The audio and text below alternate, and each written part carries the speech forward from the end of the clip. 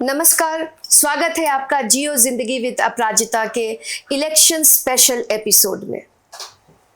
Election special यानी चुनाव की सरगर्मियां तेज हो गई हैं। बिहार में हर ओर बस चुनाव की ही चर्चा है। दो चीज़ों की चर्चा अभी जोर शोर पे है, छठ और चुनाव, और दोनों ही एक वक्त लगभग एक वक्त पे हो रहे हैं। और ऐसे वक्त पे जब हमारे प्रवासी बिहारी आएंगे छठ के पावन अवसर पे, और उसके साथ साथ उनके साथ बहुत युवा भी बाहर से आते हैं, ऐसे वक्त में वैसे युवाओं की बात हम कर रहे हैं जो बिहार में हैं, जिनकी शिक्षा दीक्षा बिहार से हो रही है, और वो इलेक्शन में पहली बार अपनी भागीदारी सुनिश्चित करने वाले हैं, यानी first time voters. First time तो वैसे भी हर चीज के लिए खास होता है, लेकिन जब लोकतंत्र की बात हो तो 5 सालों के लिए एक वोट से कितने ज्यादा जिंदगियां प्रभावित होंगी, ये हम सभी जानते हैं। हमारी सरकार ऐसी चुनकर आए जो व्यवस्था परिवर्तन हो, जहां सभी युवाओं, सभी वर्गों की देखभाल हो और सभी सुरक्षित महसूस करें। तो ऐसी व्यवस्था की बात हम युवाओं से आज करने जा रहे हैं, और आज के चुनावी एपिसोड में आज का विषय है युवा, शिक्षा और लोकतंत्र। इन तीनों का समावेश, और वो समावेश इनके नजरिए से क्या है, ये देखने की बात होगी। तो हमारे बीच हैं कविता, जो फिजिक्स की स्टूडेंट हैं, स्वागत है आपका। साथ ही मुस्कान भारती हैं, जो जूलॉजी की स्टूडेंट हैं और पटना के एक नामी गिरामी कॉलेजेस से दोनों हैं। हमारे साथ हिमांशु कुमार जी हैं, जो बिहार के एएन कॉलेज से हैं, और हिमांशु जी ने कई सारे अवार्ड्स भी जीते हैं, और इनको खासकर बोलने की प्रक्रिया में काफ़ी आगे हैं, यानी एक तैयार होते हुए युवा नेता। वैसे तो सभी लोग युवा हैं और कभी किसी वक्त पॉलिटिक्स में आने की तैयारी तो हो ही जाती है। तो चलिए सभी बातों को विराम देते हैं और क्वेश्चंस आंसर्स की सिलसिले को हम शुरुआत करते हैं। तो सबसे पहले हम आपसे पूछना चाहेंगे मुस्कान जी कि इस बार पहली बार वोट देने जा रहे हैं, दिलों की धड़कन तेज है, कैसा महसूस हो रहा है? बहुत ज़्यादा एक्साइटेड हूँ, बट उससे भी ज़्यादा मुझे लग रहा है कि मुझे जिम्मेदारी का एहसास है, क्योंकि इस बात का मुझे पूरा आभास है कि मेरा एक वोट बहुत बड़ा चेंज ला सकता है। इस बात की खुशी भी है कि मेरी आवाज़ उसमें आज दम है, क्योंकि मैं सरकार किसकी बनेगी किसकी नहीं बनेगी, मेरे पास ये मौका है, मेरा वोट मायने रखता है, तो इस बात की बहुत खुशी है। आपके पास पार्टियों के आने की सिलसिले की शुरुआत हो चुकी होगी, सभी पार्टी वाले आ रहे होंगे, ये चीज़ हो रही है, लेकिन मुझे लगता है कि जो जिम्मेदारी का आभास है वो शायद थोड़ा ज़्यादा है, क्योंकि पहली बार वोट दे रही हूँ। आज तक सिर्फ अपनी फैमिली में बाकी फैमिली मेम्बर्स को सुनती थी कि अच्छा हम इसको वोट देंगे, उसको वोट देंगे, बट इस बार वो चीज़ खुद कर रही हूँ, इस बार खुद करना है, तो बेशक बहुत एक्साइटेड हूँ इस चीज़ को लेकर।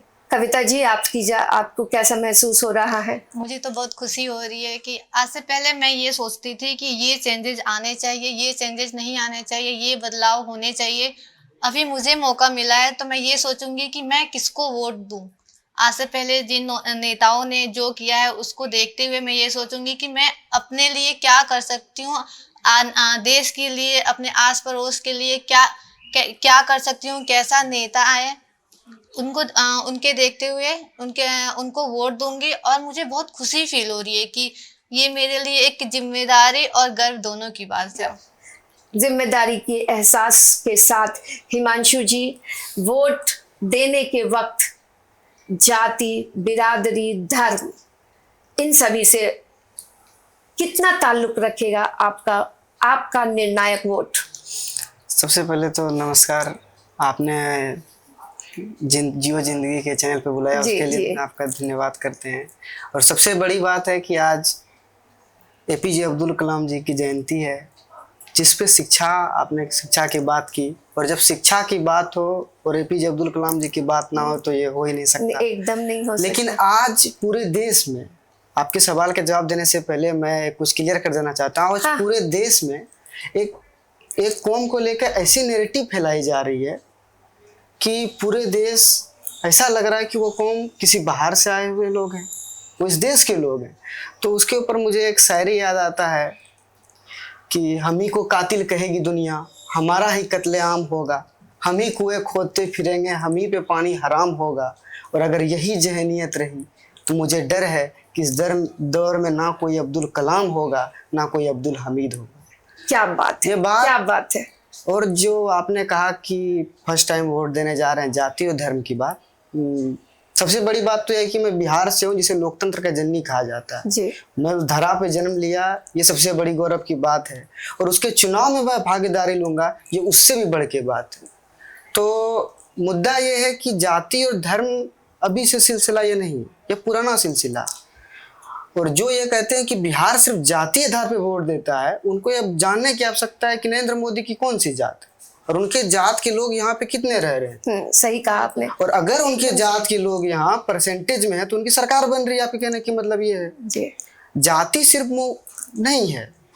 मुद्दा ये है कि किसी वर्ग को अगर पिछले शताब्दी से दबाया गया है तो उसके डर में उस चीज को वोटिंग करते हैं, और अपनी कमियां को और अपने डर को छुपाने के लिए और उन लोगों से बचने के लिए वो जातीय आधारित चीजों पे वोट करती है। लेकिन अब उन्हें भी ये समझने की आवश्यकता है कि अब वो दौर खत्म हो चुका है, अब हमें विकास की ओर देखना है। जब पूरी दुनिया चैट जीपीटी और ग्रोक जैसी चीजों में चले गए तो जाति से हटने की आवश्यकता है नहीं, अभी तो जेन जी का जमाना अब आ रहा है। जेन जी ने- और एआई पे हम हैं, तो वोट तो उसी समझदारी के साथ ही देनी होगी। यस। तो चलिए बातों के सिलसिले को आगे बढ़ाते हैं। आप अपनी जिम्मेदारी के एहसास से बहुत भलीभांति वाकिफ हैं, तो आप जब अपने क्षेत्र में वोट देने जाएंगे तो उन नेताओं से आपकी उम्मीदें शिक्षा के प्रति क्या होगी? जैसा कि मैं मूलतः नालंदा की निवासी हूँ, तो और मैंने आज से तकरीबन 20 साल पहले मेरे फादर एंड हम लोग यहाँ शिफ्ट हुए। जो रीज़न था, इट वाज माय एजुकेशन। शिक्षा का स्तर जो है नालंदा में आज थोड़ा बेहतर है। आज से 20 साल पहले स्पेशली लड़कियों के लिए शिक्षा का स्तर उतना अच्छा नहीं था, तो हम लोग यहाँ शिफ्ट हुए। तो मुझे लगता है कि मेरे क्षेत्र में नालंदा में जिन्हें मैं वोट करूँगी, मैं उनसे यही चाह रहेगी कि वो शिक्षा का स्तर थोड़ा बढ़ाएं, क्योंकि मैंने आज देखा है, मैंने आज से तकरीबन 10 साल पहले मेरे गांव की जो लड़कियां थी उन्हें उनके पेरेंट्स प्राइवेट स्कूल कॉलेजेस में नहीं भेजते थे, लेकिन आज दौर बदल गया है। आज मैं जाती हूँ अपने गांव तो मैं छोटे छोटे बच्चों को देखती हूँ, विच आर बोथ मेल भी होते हैं फीमेल भी होते हैं, दोनों सेम स्कूल्स जाते हैं, सेम बसेज आते हैं उनको लेने। तो ये चीज़ पेरेंट्स की सोच में भी बदलाव आया है, और मैं यही उम्मीद करूँगी कि जो भी हमारे जो नेक्स्ट बने जो चुने जाएं उस एरिया से, तो वो शिक्षा पे थोड़ा ध्यान दें, क्योंकि शिक्षा एक बहुत एक अहम वेपन है to bring a massive change. तो मैं यही चाहूँगी कि शिक्षा पे थोड़ा ध्यान। तो जैसा आपने कहा कि नालंदा से पटना का सफ़र आपके परिवार ने किया, तो क्या फिर ग्रेजुएशन के बाद पलायन की स्थिति बन जाएगी, या आप चाहेंगी कि यहीं पढ़ाई की व्यवस्था सही रहे? जैसा कि अब 20 साल से मैं पटना में ही रह रही हूँ, तो पटना फील्स लाइक होम। तो वापस नालंदा जाने का मे बी मैं उस माहौल में नहीं, यानी कि बिहार से बाहर जाने की। बिहार से बाहर, तो बिहार से बाहर जाने के प्लान्स, जैसे कि हम लोग बात करते हैं जब शिक्षा की, तो बिहार में शिक्षा का स्तर पहले के मुकाबले मैं बोलूँगी बहुत घटा है। क्योंकि आज से पहले अगर हम बात करें तो हमारे ही इसी पटना यूनिवर्सिटी से अलग अलग पोस्ट पे लोग हैं, चीफ जस्टिस निकले हैं हमारे कॉलेज, हमारे पटना लॉ कॉलेज से, पटना यूनिवर्सिटी से महान नीतीश कुमार, लालू यादव, जो सारे लोग तो वहीं से हैं। तो ये चीज़ कहना कि तब का जो दौर था और आज का दौर बहुत अंतर है, और मुझे लगता है कि डेफिनेटली मैं may be for further studies. सरकार तो ये दावा करती है कि IIT, IIM और नेशनल लॉ कॉलेज सभी यहाँ आ चुका है, तो दौर पहले से बेहतर बताया जाता है, लेकिन आंकड़े क्या कहते हैं, हकीकत क्या कहती है, उसमें बहुत फर्क। ज़मीनी हकीकत बिल्कुल ही अलग है, क्योंकि मैंने अपने अभी 2 महीने पहले मैंने अपनी इंटर्नशिप के टाइम पे पटना के सारे कॉलेजेस ऑलमोस्ट मैंने विजिट किए। तो मैं ये चीज़ कह सकती हूँ कि जब मैं वहाँ जा रही थी, मैं आपको एक वाक़या बताती हूँ। BN कॉलेज के बाहर जो गेट है BN कॉलेज का, वहाँ पे सिर्फ कूड़ा फेंका रहता है और वहाँ से इतनी गंदी बदबू आ रही थी। मतलब जिस college, BN college is like a huge prestigious college, अगर उस कॉलेज का हाल ये है, बीचों बीच वो चीज़ है और उनके गेट पे है, ऐसा नहीं है कि साइड में हट के है, मेन गेट पे कचरा फेंका है, एंड उससे इतनी खराब बदबू आ रही थी, मतलब वहाँ आप दो मिनट खड़े नहीं हो सकते। ये हाल है हमारे यूनिवर्सिटीज़ का। आप आज पटना लॉ कॉलेज चले जाइए, वहाँ पे क्या स्थिति है ये मुझे नहीं लगता कि बताने की ज़रूरत है, हर कोई अवगत है कि पटना लॉ कॉलेज का क्या हाल है। पटना यूनिवर्सिटी के बाकी कॉलेजेस में क्या हो रहा है। आज अभी कुछ दिन पहले मैंने एक वीडियो देखा था, उसमें कहा जा रहा था कि इस बार UPSC में एक भी हमारे पटना यूनिवर्सिटी से नहीं है। तो इस तरह के जो आंकड़े जो निकल के आते हैं, ये ज़मीनी हकीकत है। सरकार क्या कहती है नहीं कहती है वो एक बात है, लेकिन मुझे लगता है कि शिक्षा का स्तर घटा है और जो भी सरकार नेक्स्ट बनेगी उसे ये समझना चाहिए कि शिक्षा ही वो वेपन है, जिससे कि जो टूल है जिससे कि हम चेंजेस बहुत मैसिव ला सकते हैं। जैसा कि अभी इन्होंने भी बोला कि जातिवाद, तो जातिवाद जो है वो शिक्षित लोगों में थोड़ा कम है। वो ये सोचते हैं कि अच्छा हमें कैसे अच्छा माहौल मिलेगा, तो वो शिक्षा के थ्रू ही हम वो चेंजेस आ सकता है। तो मुझे लगता है शिक्षा बहुत बड़ा रोल प्ले करती है। तो कविता जी, शिक्षा, आप फिजिक्स पढ़ती हैं, तो ख्वाब और सपने तो बहुत ऊंचे होंगे, तो MIT बॉस्टन पहुंचने की इच्छा तो ज़रूर होगी, और वहां पहुंचने के लिए फिर कहीं पलायन जैसे शब्दों का न इस्तेमाल हो, बल्कि ये इस्तेमाल हो कि यहाँ से वहाँ तक की सफ़र हम तय किए।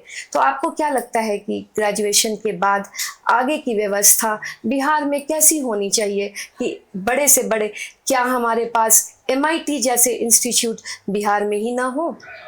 मैम, अगर उस टाइप का अगर एजुकेशन सिस्टम बिहार में आ जाएगा, मैं ग्रेजुएशन से पहले की अपनी जर्नी बता रही हूँ कि मुझे डिफेंस की प्रिपरेशन करना था, तो इसके लिए मैं देहरादून गई थी, और वहाँ के एजुकेशन सिस्टम, और अभी मैं पटना में रह रही हूँ 2-2.5 साल से, और यहाँ के एजुकेशन सिस्टम में बहुत ही अंतर है, बहुत फ़र्क है। अगर वो सिस्टम अगर हमें यहीं मिले तो मैं इतना पैसा खर्च करके देहरादून जाना, बाहर जाना, वो सारे गार्जियंस अफोर्ड नहीं कर सकते हैं। मुझे भी पता है कि मेरे पापा ने कैसे भेजा, कैसे पैसा पे किया नहीं किया, वो मुझे पता है। मैं अपने गांव से, मतलब मेरा गांव, मैं पश्चिम चंपारण से हूँ। पश्चिम चंपारण में एक छोटे से गांव पुरुषोत्तमपुर से हूँ। उसमें मेरे अलावा और मेरी बुआ के अलावा, बुआ मतलब घर के बगल में, उनके अलावा अभी तक कोई भी लड़की बाहर पढ़ने ही नहीं गई है। अभी तक गांव में सरकारी स्कूल से ही पढ़ना, 12th तक उनकी शादी हो जाती है। तो मैं अपने पापा को बहुत थैंक यू बोलना चाहती हूँ कि इस मुकाम पे मेरे को लाए और इतना आगे तक पढ़ा रहे हैं, और वो इतना डेडिकेशन रखते हैं कि तुमको जैसे पढ़ना है, जहाँ पढ़ना है तुम पढ़ो, मैं तुम्हारे साथ हूँ। नहीं, आज के पेरेंट्स तो काफी कुछ सपोर्ट करते हैं, बहुत कुछ सपोर्ट करते हैं, और युवा इसकी इज्जत की, इसकी मान और प्रतिष्ठा रखें। हमें हमारे उम्र में और क्या चाहिए, ये बस ऐसी व्यवस्था रहे कि युवा हमारे कर्मों को समझ सके और हमारी बातों को आगे तक पहुंचाए। अभी जिस हम एज में हैं, उस एज में हमारी मम्मी लोग की तो शादी हो गई होती है, तो अभी एज का तो कुछ नहीं, गार्जियन का है कि हमारे बच्चे सक्सेस हो, वो अपने पैरों पे खड़े हो, उनको जैसे पढ़ना है वैसे पढ़े। रहा बात पलायन की, तो अगर हमें बिहार में ये सारी फैसिलिटीज़ मिल जाएगी तो हमें बाहर जाने की ज़रूरत ही नहीं पड़ेगी। वो एजुकेशन सिस्टम में आने वाले जो अपने CM, मैं किसी का नाम नहीं लेना चाहती हूँ, जो भी बने, बस ये चाहती हूँ कि एजुकेशन सिस्टम पे वो फोकस करे, ध्यान दे। जैसे अभी सरकारी स्कूलों में भी टीचर्स टाइम से अब जाने लगे हैं, तो इससे पहले कि टाइम से जा रहे हैं, ये कर रहे हैं। सरकारी स्कूलों में भी अभी टीचर के ऊपर बहुत प्रेशर आ गया है, तो उनको ये भी नहीं होगा, अभी जा रहे हैं बस अटेंडेंस के लिए कि हाँ कि मेरे को टाइम पे अटेंडेंस देना है। और तो ये सरकार क्यों को खबर करना है। ये क्यों? बस आप अपना रिस्पॉन्सिबिलिटी समझिए कि मुझे जाना है, बच्चों को पढ़ाना है। सारे बच्चे प्राइवेट स्कूल अफोर्ड नहीं कर सकते ना, आप वहीं से अच्छी शिक्षा दीजिए। बस बहुत बढ़िया। और इसी तरह की व्यवस्था हायर एजुकेशन हायर एजुकेशन पहले भी मैं बात कर रही थी कुछ और आपके जैसे युवाओं से, तो उन लोगों का भी यही कहना था। और जब बात होगी शिक्षा की, हिमांशु जी, हम उम्मीद करते हैं कि आगे आप भी नेतृत्व संभालेंगे किसी क्षेत्र के। तो आप, जब हम शिक्षा की बात कर रहे हैं, तो क्या शिक्षा में रोजगार सृजन की बात भी हो, या फिर हम वैसे ही सरकारी व्यवस्था पे डिपेंडेंट रहे? सबसे बड़ी बात यह है कि बिहार के नेताओं ने अगर फैक्ट्री नहीं ला सकी, हाँ, और रोजगार के अवसर नहीं ला सके, तो शिक्षा को ही धंधा बना दिया। सबसे बड़ी बात ये है। ये तो सही कहा आपने। हर एक बच्चा पे सरकारी विद्यालय में फ्री नहीं पढ़ रही है, वो टैक्स के पैसे से पढ़ रही है, वो हमारे पैसे हैं, सरकार अपने घर से नहीं देती है। हर एक बच्चे पे 800 रुपये खर्च होती है प्रति माह। और जब आप शिक्षा की बात कर रहे हैं, तो जब बच्चे शिक्षा की बात करते हैं, लोअर क्लास के लोग शिक्षा की बात करते हैं, तो उनको आरक्षण जैसे मुद्दों में उलझा दिया जाता है। अभी कास्ट सेंसस हुआ, सबने कास्ट देखा कि मैं यादव जाति से आता हूँ, हम 14% हैं, हम तो बिहार के बुर्ज खलीफा हैं। इस तरह की बात लोगों ने की। सही कहा। लेकिन जो सबसे बड़ी बात थी वो नहीं दिखी। बात ये थी कि उसमें से जो पिछड़े समुदाय के लोग थे, जो दलित समाज से आते थे, उसमें से 3% ही ऐसे बच्चे जो 12वीं पास कर रहे हैं, 5% अति पिछड़ा के बच्चे पास कर रहे हैं, और 7% मुस्लिम समाज के बच्चे 12वीं पास कर रहे हैं जी। अब मैं आपसे ये कहता हूँ कि जो बच्चा 12वीं ही पास नहीं कर पा रहा, कंपटीशन में जा ही नहीं पा रहा, उसको आरक्षण का क्या लाभ है जी। आप उन्हें आरक्षण के नाम पर लड़ा रहे हैं, उनको लड़ना चाहिए शिक्षा के लिए, शिक्षा के नाम पे। कि भाई जब बिहार में 72,000 सरकारी विद्यालय हैं, पूरी दुनिया ग्रोक और एआई जैसे चैट जीपीटी जैसे चीजों में जा रही है, हमारे बच्चे के पास 72,000 सरकारी स्कूल विद्यालय में एक कंप्यूटर चलाने की भी व्यवस्था 90% विद्यालय में इंटरनेट की सुविधा नहीं है। जी, सही कहा। जब आप ग्रोक और चैट जीपीटी तो दूर की बात है, आप जब दुनिया दूसरे दौर में जा रही है और आप पीछे बिहार को लेके जा रहे हो, तो इस दोहरी ढंग से नहीं चलेगी। आपको पहले तो बिहार की जनता को भी ये समझने की आवश्यकता है कि बात आप किसी भी बिहार के पिछड़ा से पिछड़ा और गरीब से गरीब और अशिक्षित से अशिक्षित बच्चे को उठा लीजिए, युवा को उठा लीजिए, आप उनसे पूछिए कि आपको रोजगार चाहिए, शिक्षा चाहिए, या फिर अपने जात का नेता चाहिए। वो 100% है कि बोलेगा मुझे शिक्षा और रोजगार चाहिए। लेकिन दिक्कत यह होता है कि जब वोट देने जाते हैं तो वो बात भूल जाते हैं, फिर वो सभी भूल जाते हैं, वो सारी बातें पीछे रह जाती हैं और जाति पे जाकर वोट देते हैं, पैसे पे जहाँ पैसे बात आ जाती है, क्योंकि आजकल में क्या होता है ना कि पैसे देके वोट खरीदे जाते हैं, इसीलिए वो ना शिक्षा देखते हैं ना रोजगार देखते, वो जाते हैं पैसे के पीछे। इसीलिए जो हमारे मतलब जो नेता डिजर्विंग है वो आते ही नहीं है, क्योंकि जो पैसे के पीछे जा रहे हैं, ऑफ कोर्स वोट उधर ही जा रहा है, तो वो शिक्षा और रोजगार को देखते ही नहीं है, इसी वजह से। और एक और भी बात है, जो जिसे आप पसंद कर रहे हो उन्हें टिकट नहीं मिले, ये भी एक व्यवस्था की कमी हो जाती है। टिकट की जहाँ तक बात आप कर रहे हैं, तो बिहार में टिकट तो पैसा से मिल रहा है। मैं साफ कर देता हूँ, मैं जिस जिले से आता हूँ, बांका जिले से, आप बांका जिले में चले जाइए, हमारे सांसद हैं, मैं नाम नहीं लूंगा, नाम लेने से बहुत तरह की बातें होती हैं, बिना नाम लिए मैं कहता हूँ सांसद जी हैं, वो हमारे जिला से सांसद है नीतीश जी के पार्टी से, जदयू से, और उनके बेटा को जब टिकट नहीं मिला कहीं से, तो वो आरजेडी से टिकट लेने के लिए इस बार शामिल हो गए बेलहर विधानसभा से। और एक बात, हमारे बांका से ही मंत्री हैं झारखंड के गोड्डा के, और उनके पुत्र जी, और उन रजनीश यादव नाम है, मैं नाम ले लेता हूँ, रजनीश यादव, जो कि चले गए कहलगांव से प्रचार करने के लिए आरजेडी से, और उनके भाई जदयू से, बेलहर से भी विधायक हैं। तो 4-5 व्यक्ति में ही बांका घूम रहा है और जनता को घुमा रही है, जनता ये चीज देख रही है, जनता को ऐसा नहीं है कि नहीं पता चल रहा है। तो जनता को जब पता चल रहा है तो अभी ही तो वक्त है, ऑप्शन नहीं है। सबसे बड़ी बात सबसे है बड़ी बात, आप ये सही निर्दलीय बात है। कैंडिडेट खड़ा नहीं हो सकता है चुनाव मैम यही तो दिक्कत चुनाव है कि के हमारे पास खर्चों कोई के- ऑप्शन ही नहीं है। जी, ये बहुत बड़ा बात आप लोगों के द्वारा निकल के सामने आ रहा है, ये बिहार कि में options ऑप्शन की कमी है। कमी है। मुद्दे तो बहुत सारे हैं, लेकिन जो सही चेहरे वो सामने आए, इसके लिए ऑप्शंस की कमी तो जरूर है। और युवा भी नहीं आ रहे हैं इस फील्ड में आगे, क्योंकि हम एट द एंड वही हो जाता है, जिसके पास पैसा है पैसा- टिकट्स उनके उन्हें ही मिलेंगी। तो जो डिजर्विंग कैंडिडेट्स मेरे जैसे या इनके जैसे अगर युवा हैं, अगर हम आने भी चाहते हैं आगे तो हम लोग आने हमारे पास वाले options नहीं आने हैं। वाले मंत्री और मुख्यमंत्री के रूप में हम आप लोगों को देखते हैं, तो वैसी व्यवस्था और आपके एक एक वोट की कीमत हो, ताकि आप जैसे लोग सामने आ सकें और आपके जैसे अन्य युवा सामने आए। और इस वक्त टिकट में पैसों का जो लेन देन और होड़ सी मची हुई है कि कौन कितना खर्च कर पा रहा है, इस पे एक बहुत कड़ा लगाम लग सके। जातिवाद से परे अब परिवारवाद आ गया है पॉलिटिक्स में। अब ये होता है। राजतंत्र का एक नया परिवर्तित रूप है हाँ, ये। राजतंत्र जो का परिवार नया में घूम रहा है, लेकिन परिवार। लोकतंत्र नाम है। चलिए, बस नाम इसमें है ना। एक फैक्टर बढ़िया है कि निर्दलीय कैंडिडेट आप खड़ा हो सकते हैं। आप खड़ा भी हो जाएगा तो आपको समाज की जनता इसलिए नहीं चुनेगी कि आपके चुने जाने से क्या देश बदल जाएगा, हाँ, या बांका बिल्कुल। बदल गया, भागलपुर बदल जाएगा, तो वो बहुत तरह की बात है। लेकिन तिनके से तो वो जो कहावत तो बहुत ढंग की है। हाँ, लेकिन देखिए कहावत के अलावा सच्चाई भी ये है कि अगर थोड़े से जैसे एक अब्दुल कलाम ही निकले, हाँ, तो क्या हम सभी उनको याद नहीं कर रहे हैं? क्या हम सभी उनके कंट्रीब्यूशन को याद नहीं कर रहे हैं? तो वैसे अगर हजारों अब्दुल कलाम निकल जाएं, तो फिर देश स्वर्ग बन जाएगा हमारा। बिल्कुल। ये तो तभी संभव है ना कि जब युवा पार्टी पॉलिटिक्स या किसी पार्टी में जाने के बजाय निर्दलीय लड़े। आप कहते हैं ना कि एंटरप्रेन्योर करो, जी, बिजनेस करो, सरकार कर रही है।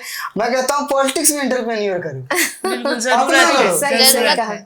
और अपना लड़ करके दूसरे को रोजगार दो। जी। ऐसे पार्टी के थ्रू रोजगार तो वो दे रही है। हाँ। 70 साल से, कोई कहते हैं कोई 20 साल से झोला वो ढो दे रहे रही है। हैं, झंडा धो रहे मैम, हैं। अभी भी महिलाओं को 10,000 रुपए मिला है रोजगार के लिए। मुझे नहीं समझे कि 10,000 में कौन सा रोजगार हो सकता है। जी जी, ये बात तो सरकार को समझनी चाहिए ना कि अब वोट आ रहा है तो आप महिलाओं को 10,000 रुपए दे रहे हैं रोजगार के लिए। कौन से रोजगार 10,000 में हो सकता है?